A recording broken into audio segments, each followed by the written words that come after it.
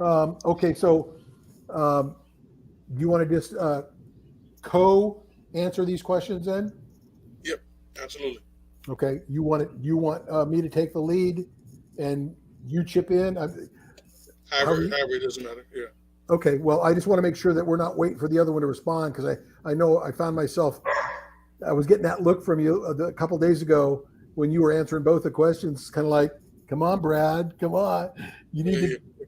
so I just want to make sure we're not killing it. No, no, we're good. Perfect. Okay, Yep. ready when you are. I started. We are live, but we won't start here for another 2 minutes once the time comes on. Or excuse me, once it gets to 6 o'clock. He's still mad. Man, I tell you. You gotta love him. Yep. Well, the Aztec Stadium's almost finished. Wow. Yep. Wow. It looks small compared to what Qualcomm was. I see. For me, it was the Murph. Yep, the Murph. Yep. Playing in the Murph. Yep. I played in the Murph one time, and I was in high school. Yeah, good days. Those are fun times. Yep. Yep. So I'm wondering if CIF's going to go to Aztec Stadium. I don't know. We'll see what happens. I want to say we played a couple times in front of 50,000. Of course, that's going way, way back. Yeah. Yeah. The most I played in front of was 80 some thousand. Played against Stanford, and then 60 some thousand against Cal, and about almost 60, about, I don't know, 50, 60,000 against Oregon,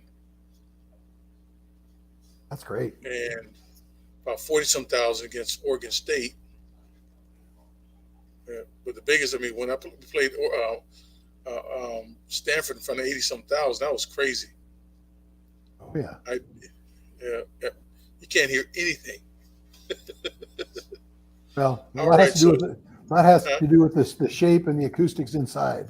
yep, exactly. So Yep. All right, hello everyone. We're going to go ahead and get started. This is a Wealth Made Easy for You, a program in which we come in and talk to you about infinite banking. We kind of give you some insight in regards to whole life insurance, so on and so forth. And we hope that you get a bunch of nuggets out of this. My name is Carlos Millsap, and this is my partner, hey, Brad this is Stewart. Brad Say hello, Stewart. How you Brad. doing? Good to see you guys. Good, Welcome good, good. aboard. Yep. So here's the thing. We have some questions that we're going to talk about today, and um, what a lot of people think that infinite banking is a new concept. It is not a new concept. It's something that's been around. It's new because it's something that you're just now hearing, or people are just now hearing for the currently for the first time. It's something that's been around for many years. However, there's a gentleman by the name of Nelson Nash who wrote a book called Becoming Your Own Banker that coined the term infinite banking concept. Infinite banking concept. He's the one that kind of coined that term. So there's the book that Becoming Your Own Banker. And so infinite banking is basically it's not a plan. Excuse me, it's a plan. It's not a life insurance policy itself. It's a concept that utilizes a life insurance product. So you can't go to a life insurance company and say, "Hey, I want to get an infinite banking plan." Not every carrier is going to know what you're talking about because it is a plan in which you want to utilize with a mutually owned life insurance company. And so, most people don't know the difference between mutually owned and stock owned. And so, before we get into our questions, Brad, you want to kind of give them a quick rundown of the difference between mutually owned and stock owned? Yeah, most of us are probably very, very familiar with the idea of a company that is public, that's owned by stockholders, and they have the opportunity to be able to take and invest in a company and buy stock in the company. And I think one of the big issues with that probably is you hear a lot of the board of directors doing whatever they can to please the stockholders, making sure that there might be a little sweeter deal for them, that the stock price should go up for higher, those kinds of things. With mutual company, and there are a lot of non-mutual life insurance companies out there, but the companies that work best for what we're doing is going to be a mutual company, which means you as a policyholder, you own a life insurance policy with this particular company. You now are also a part owner, just as if you were like a stockholder or stock owner in the company.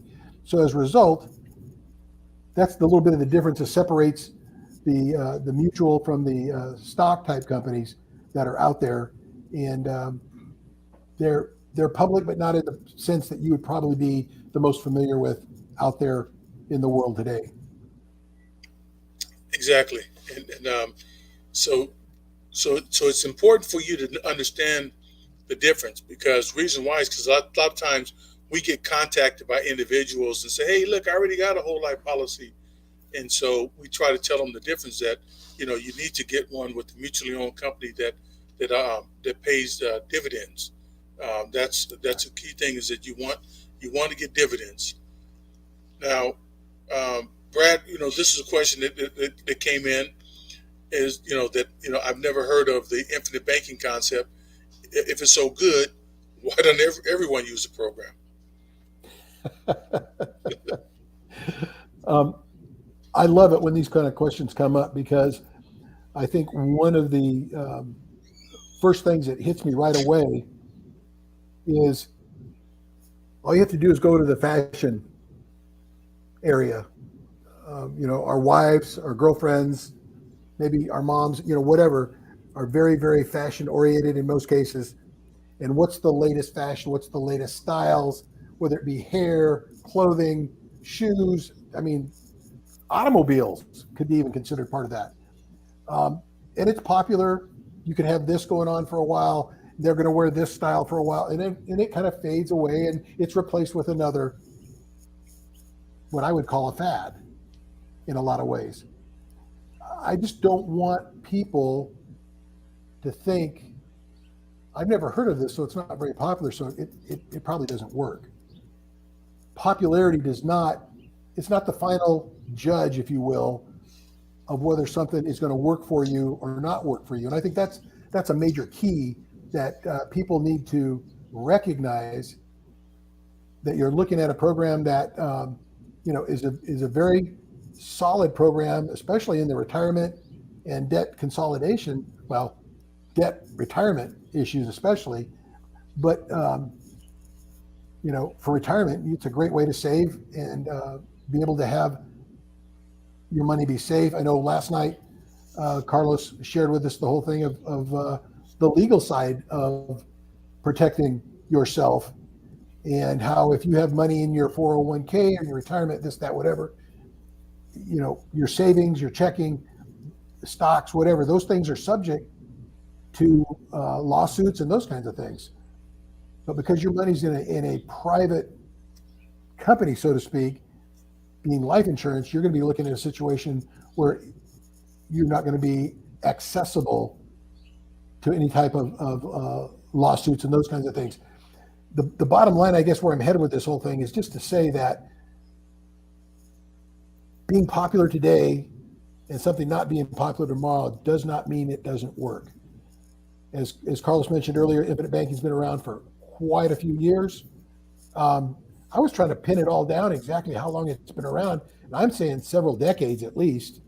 I was trying to get a publication date for the Becoming Your Own Banker. I know the one that what's that? Yeah, that thing that goes back to the early 80s. Yeah, so it's been around for 4 decades. Yep. 80s, 90s, Yep. the aught years, and maybe almost 50 years. Exactly.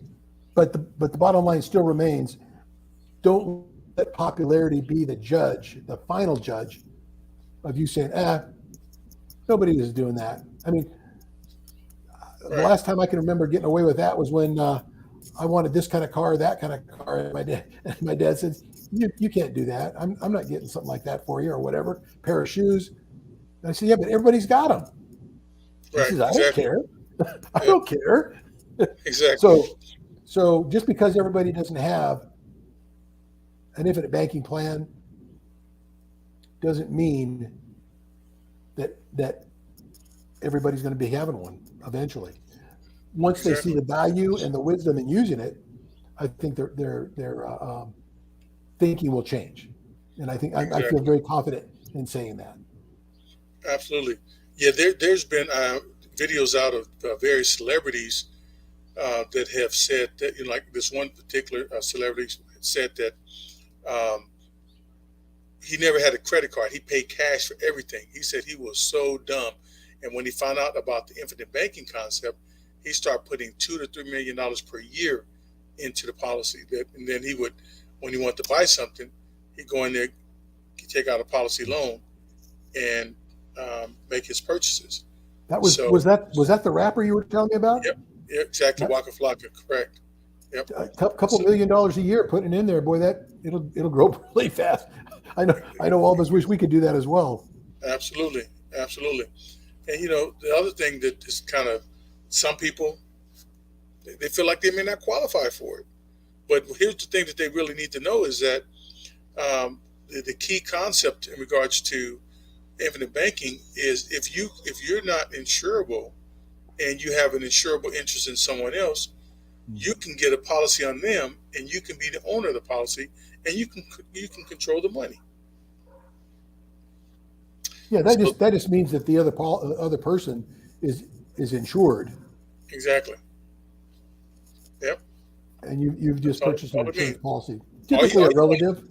yeah, all you want is control. All you want is control of the money that's inside the policy. Right. Doesn't matter who's it's on. Yep. It doesn't matter.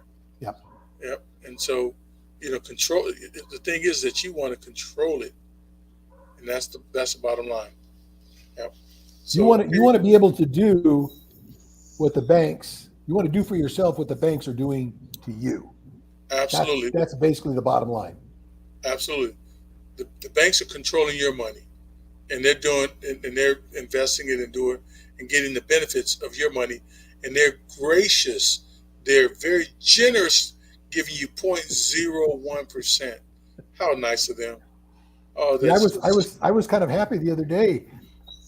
At least I thought I was. I went in and my the teller that I visited at my credit union said, "Hey, we can double your savings interest rate." I go, "Really?" And she says, "Yeah, we just changed and put part of your savings account into your money market. We'll set up a money market account for you." And I said, "Really?" I said, "And you're going to double it. So instead of 0.01, I'm going to get 0.02." And she goes, "Yes, we're doubling it for you." And just like what you just had, her eyes got big, like, yeah, wow. And I'm thinking, whoa. yeah. And here's what people don't realize is that that's still that 0.01 or that 0.02. You still have to pay taxes on it. Well, as Okay. much as it requires, right? But yeah, exactly. And so it's not gonna be so you can almost get the same result just by, putting it in a coffee can and digging a hole, putting in your backyard. Well, I think the other thing too that I wanted to add to that, Carlos, is for people who are not only interested but that are now currently doing research and their due diligence in learning more about infinite banking. Continue to do that. That's a major step that you're making towards learning more about it. But don't hesitate to give us a buzz. Let us know, email, text, whatever, so we can help maybe move things along for you so you can understand better and Absolutely. cut through a lot of, get you out of the weeds maybe. So that's what we're here for. Absolutely. And so we have this other question here. Can I decide how much of my money will go into life insurance premium expenses and how much will go into the cash value or savings? That's a very interesting question. Well, So my go take ahead. on that, you want to lead on that, No, Carlos? you go. You can go ahead. Go ahead. I'll let you go.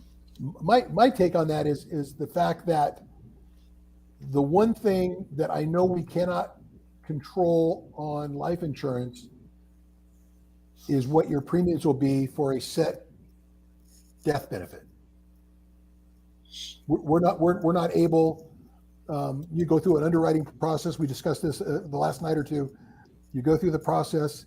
You get the approval. They tell you what health rating you have, et cetera, et cetera, et cetera. Bottom line is that number will be in stone based upon your health. If you have any issues, any other things going on with your health, that would change those things. The only way you can change that price would be to lower your death benefit down or raise it higher, depending on which way you wanted to go and what you wanted to pay for. Above and beyond that, the amount that would go into your cash value or your savings portion of the policy is something that you're going to want to have complete control over there, and the sky's the limit up to the ceiling, and you have control over that type of thing. I know Carlos and I have talked several times about the whole idea of people buy a life insurance policy and then they put money, this much percentage of their income into their 401k or into their individual retirement account, their IRA. When it's all said and done, they control that up to the limits that the government allows them to put into it. Plain and simple. If you take the same basic philosophy, put it into a infinite banking plan, it's the same idea. You purchase this policy, you overfund it with the money that you might be putting into your 401k or your IRA. It's the same basic idea. So if people are putting $10, $15, $20,000 a year into their 401k, then that would lead me to believe that you're probably able to come in the same area of doing the same kind of thing. But remember that you have a ceiling on that, just like you do with 401ks and IRAs, and that's determined again by the IRS. And if you go over that amount, which is what we call the MEC, or the modified endowment contract level, you don't want to go over that, plain and simple. And we can get into that another time to discover and dig deeper and dive deeper into that. But that's the magic ceiling that you don't want to go over. And there's some ways we can jockey things and move things around for you to help you out. So, don't be afraid to take and ask those questions. Hey, I want to do this. How do I get there? Absolutely. Yeah, we definitely structure that policy to benefit you. You tell us what your goal is, what you're trying to accomplish, and we'll tell you, how that thing needs to be funded, so that you can get the best out of it. Yep. So, as Brad said, you have a lot more control with this. The other thing I want to point out is that as you put money into this cash value life insurance policy, you have a little bit more control. You have a lot more control over this than you would putting your money into like a 401k or 403b or something along those lines. So you get a lot more control, and the money is accessible. So you have quicker access to this money versus the money that you have going into a 401k. Okay, so I think that's all the questions that we're going to answer for tonight. We want to thank you guys for taking the time to watch this, come out and be a part of this discussion that we're having. If you watch this on replay, we hope that you enjoying what you're seeing, the content. If you need to get in contact with us, I'm going to display here our email addresses. Please feel free to either contact myself or Brad. and we'll be more than happy to set up a time where we can meet with you um, and kind of discuss what your plan is. The way we feel about it is that we know that you don't care how much we know until you know how much we care, and trust me, we care about you. Hey, thanks everybody for being here tonight. This has been our pleasure. Hope you've been able to pick up, as Carlos mentioned earlier, some nuggets that you can take with you. Hopefully, maybe we've piqued your interest a little bit. Whichever way it is, let us know. Don't be afraid to pop in on the chat. Let us know what you think. Good, bad. I mean, when you got a couple of guys, that are old football players, no hair, and glasses, we're here to help you out. We care about you. Like Carlos said, we want to be able to make this happen. So thanks for joining us. We really appreciate you being in here with us. You didn't ask a question in the chat? Hit us with the email. Talk to you soon. Absolutely. Take care, friends. Good evening.